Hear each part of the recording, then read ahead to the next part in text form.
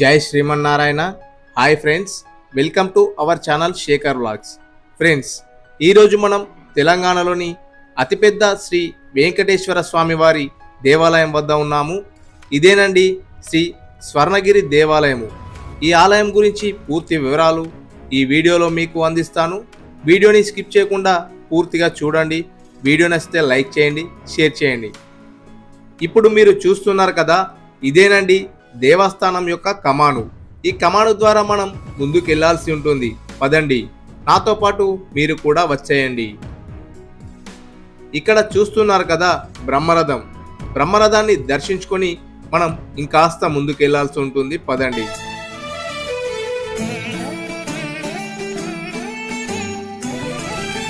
కలియుగమిటులైన కలదుగా నీ కరుణ జలజాక్ష హరి హరి సర్వేశ్వర. ఇప్పుడు మీరు చూస్తున్నారు కదా, మనం దేవాలయానికి ఈ ద్వారం నుండే వెళ్ళాలి. ఈ ద్వారాన్ని వైకుంఠ ద్వారం అని పిలుస్తారు. ఈ ద్వారానికి ముందు స్వామివారి పాదాలు ఉంటాయి. స్వామివారి పాదాలని దర్శించుకొని వెళ్ళాల్సి ఉంటుంది. పదండి.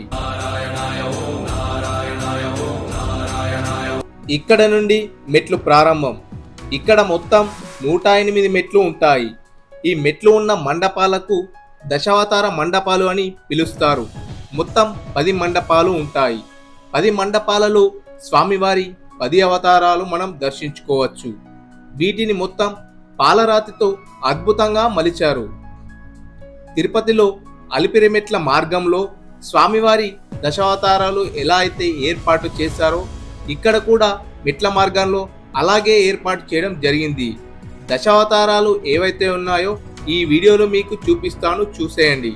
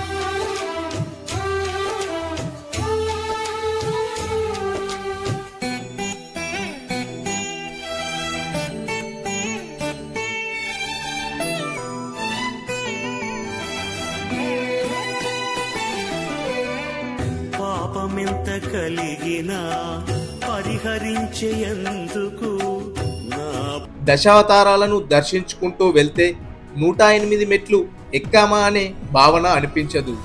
నా పాలగలదుగా నీ నామము. మనం మెట్లు ఎక్కి పైకి రాగానే కనిపించే గోపురము ఈస్ట్ గోపురము. ఇక్కడ నుండి దేవాలయంలోకి మెయిన్ ఎంట్రెన్స్. ఈ గర్భాలయము ఎదురుగా విజయస్తంభము, అలాగే ద్వారం పక్కనే వినాయకుని మందిరము ఉంటుంది. దేవాలయం రైట్ సైడులో హనుమాన్ మండపము చాలా అద్భుతంగా తీర్చిదిద్దారు. హనుమాన్ మందిరము పక్కనే జయగంట మండపము ఉంటుంది. అలాగే చివరిలో కోనేరు, జలనారాయణుడు ఉంటారు. మీకు అన్ని ప్లేసెస్ డీటెయిల్గా చూపిస్తాను, చూడండి. మెట్ల పక్కనే గరుడాల్వార్ మండపము ఉంటుంది. గరుడాల్వార్ మండపము ఎదురుగానే హనుమాన్ మండపము. హనుమాన్ మండపము ఎత్తు వచ్చేసి 127 అడుగులు. హనుమంతుని విగ్రహాన్ని ఏకశిల మీద మలిచారు. హనుమాన్ విగ్రహము ఎత్తు 30 అడుగులు. హనుమంతుని విగ్రహం కింద బేస్ని హంపీలోని విజయ విఠల దేవాలయంలో ఉన్న రథాన్ని పోలి ఉంటుంది. హనుమాన్ మందిరము నిర్మించడానికి 5 సంవత్సరాల సమయం పట్టిందని చెబుతూ ఉంటారు. హనుమాన్ మందిరము పక్కనే జయగంట మండపము ఉంటుంది. చూస్తున్నారు కదా, చాలా పెద్ద గంట. ఈ గంట దాదాపు 1700 కిలోల బరువు ఉంటుంది. మొత్తం కంచుతో చేయబడింది. ఇది మన భారతదేశంలో అతిపెద్ద రెండవ గంట. మొదటిది అయోధ్య రామ మందిరంలో ఉంటుంది. ఫ్రెండ్స్, ఇప్పుడు మీరు చూస్తున్నారు కదా, ఇదేనండి సెల్ ఫోన్స్ డిపాజిట్ చేసే కౌంటర్. ఇక్కడ సెల్ ఫోన్స్ డిపాజిట్ చేసి దర్శనానికి వెళ్దాం పదండి. నాతో పాటు మీరు కూడా వచ్చేయండి. ఇక్కడ చూస్తున్నారు కదా, సౌత్ గోపురం వరకు లైన్ ఉంది. ఈ లైన్లో వెళ్తే మినిమం 40 నిమిషాల సమయం పడుతుంది. అందుకే మేము విఐపి టికెట్ తీసుకొని వెళ్తున్నాము. ఆలయంలోకి మొబైల్ నాట్ అలౌడ్. గర్భాలయంలో స్వామివారు 16 అడుగుల ఎత్తులో ఉంటారు. భారతదేశంలో ఉన్న 108 విష్ణు దివ్య దేశాల నుండి మట్టిని నీరుని తెచ్చి ఈ దేవాలయం కింద ఉంచి వాటిపైన స్వామివారి విగ్రహాన్ని ప్రతిష్ఠించారు. దర్శన అనంతరము బయటకి రాగానే అటు ఇటు ద్వారపాలకులు, మధ్యలో గోపురం చాలా బాగుంది. ఇక్కడి నుండి ముందుకెళ్తే 360 డిగ్రీస్ ఫోటో బూత్ మిషన్స్ ఉంటాయి. దీనికి ఒక్కరికి 20 రూపాయలు ఛార్జ్ చేస్తారు. ఇక్కడ పిల్లలు ఆడుకోవడానికి మరొక గేమ్ కూడా ఉంది. ఇక్కడే పక్కనే గరుడాల్వార్ సన్నిధి, దర్శించుకోండి.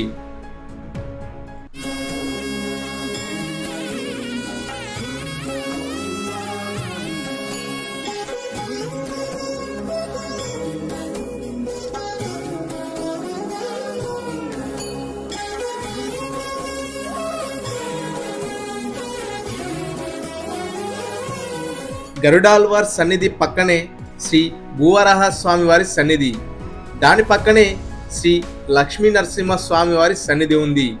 దాని పక్కనే శ్రీకృష్ణ స్వామివారి సన్నిధి. చూసి దర్శించుకోండి.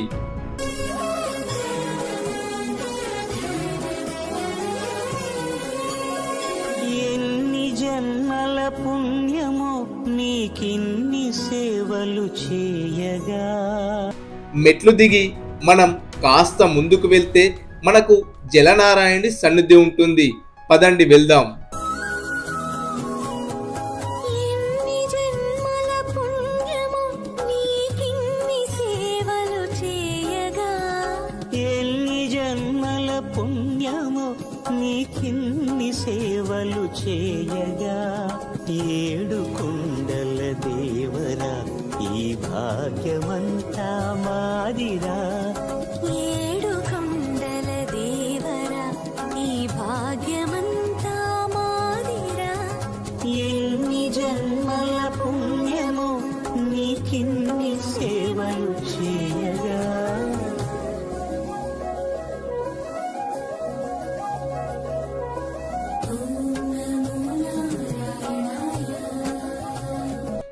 ఈ స్వర్ణగిరి దేవాలయంలో ప్రధాన ఆకర్షణ. ఇక్కడికి జలనారాయణ్ణి చూడడానికి చాలా మంది భక్తులు ఇతర రాష్ట్రాల నుండి వస్తుంటారు.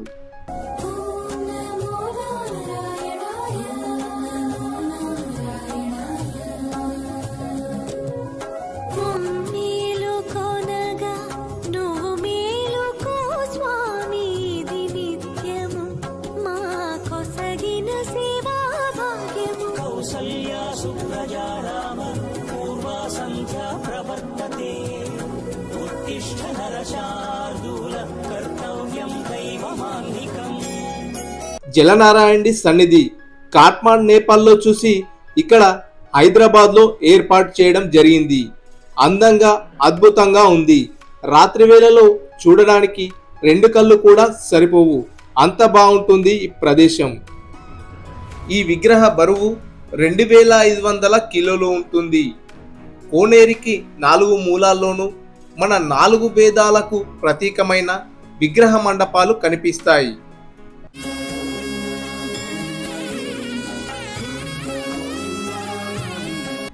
స్వర్ణగిరి శ్రీ వెంకటేశ్వర స్వామి వారి ఆలయ ప్రాణ ప్రతిష్ఠ 2024వ సంవత్సరం మార్చి 6న జరిగింది. శ్రీ శ్రీ శ్రీ త్రిదండి చిన్న శ్రీమన్నారాయణ రామానుజ జీయస్వామి వారి మంగళాశాసనములతో స్థానిక వ్యాపారవేత్త మానేపల్లి రామారావు సారథ్యంలో నిర్మించారు. మార్చి 6న 2024వ సంవత్సరంలో మొట్టమొదటిసారిగా భక్తులకు దర్శన భాగ్యం కల్పించారు. ఈ ఆలయ నిర్మాణం దాదాపు 7 సంవత్సరాలు పట్టిందని చెబుతూ ఉంటారు.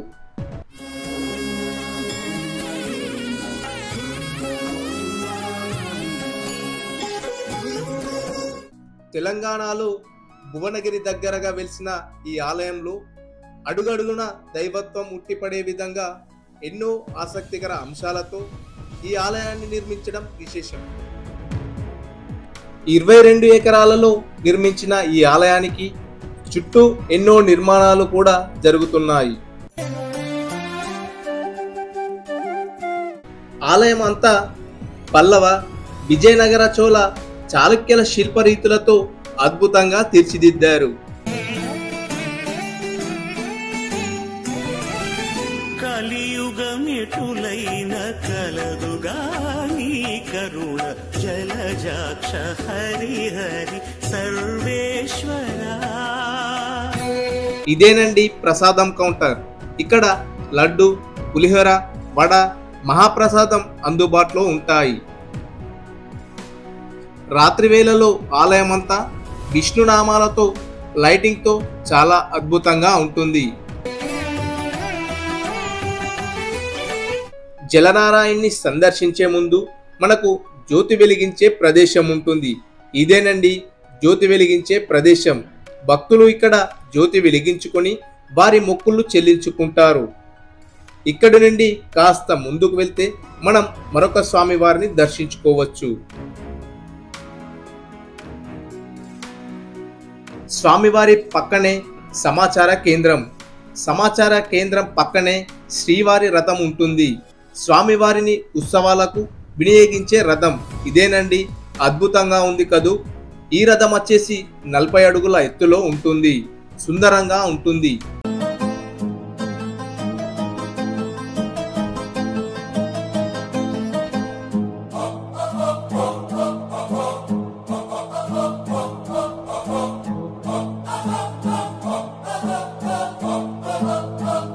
భక్తుల రద్దీ శని ఆదివారాలలో అధికంగా ఉంటుంది.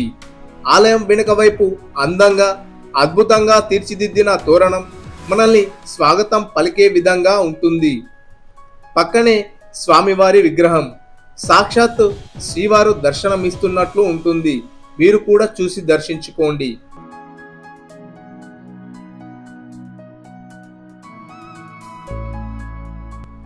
ఇదేనండి స్వామివారి నిత్య కళ్యాణ వేదిక. ఇక్కడే స్వామివారి వైభోత్సవ మండపము ఉంటుంది. పదండి వెళ్దాం.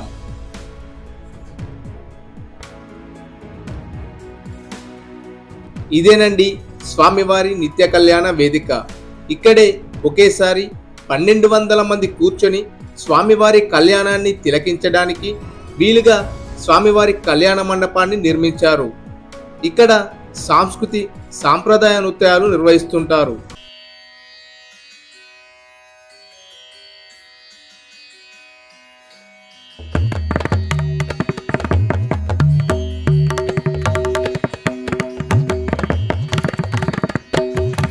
ఫ్రెండ్స్, కళ్యాణ మండపం చూడండి.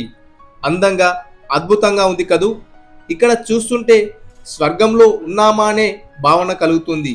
అంత బాగుంటుంది ఈ ప్రదేశం. మీరు కూడా చూడండి.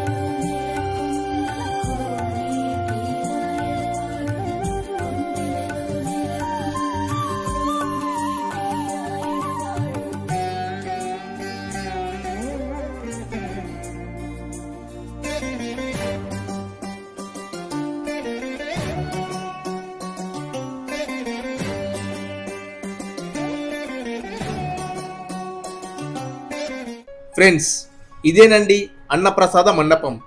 ఇక్కడ నిత్య అన్నదానం జరుగుతూ ఉంటుంది. ఆలయం చుట్టూ ఎటు చూసినా శిలలతో నిర్మించిన దృశ్యాలు చూస్తున్నారు కదా, అద్భుతంగా ఉంటాయి. మీరు కూడా చూసేయండి.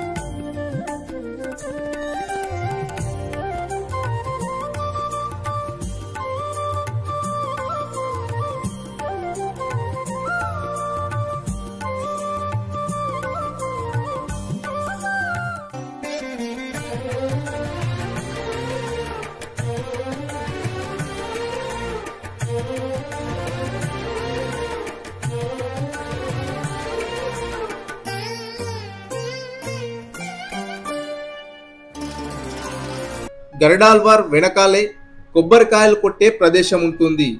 ఇదేనండి, భక్తులు ఇక్కడ కొబ్బరికాయలు కొట్టి స్వామివారికి తమ మొక్కులు తీర్చుకుంటారు. ఆలయం చుట్టూ ఎటు చూసినా అద్భుతమే. అందమైన నిర్మాణంతో చాలా బాగుంటుంది.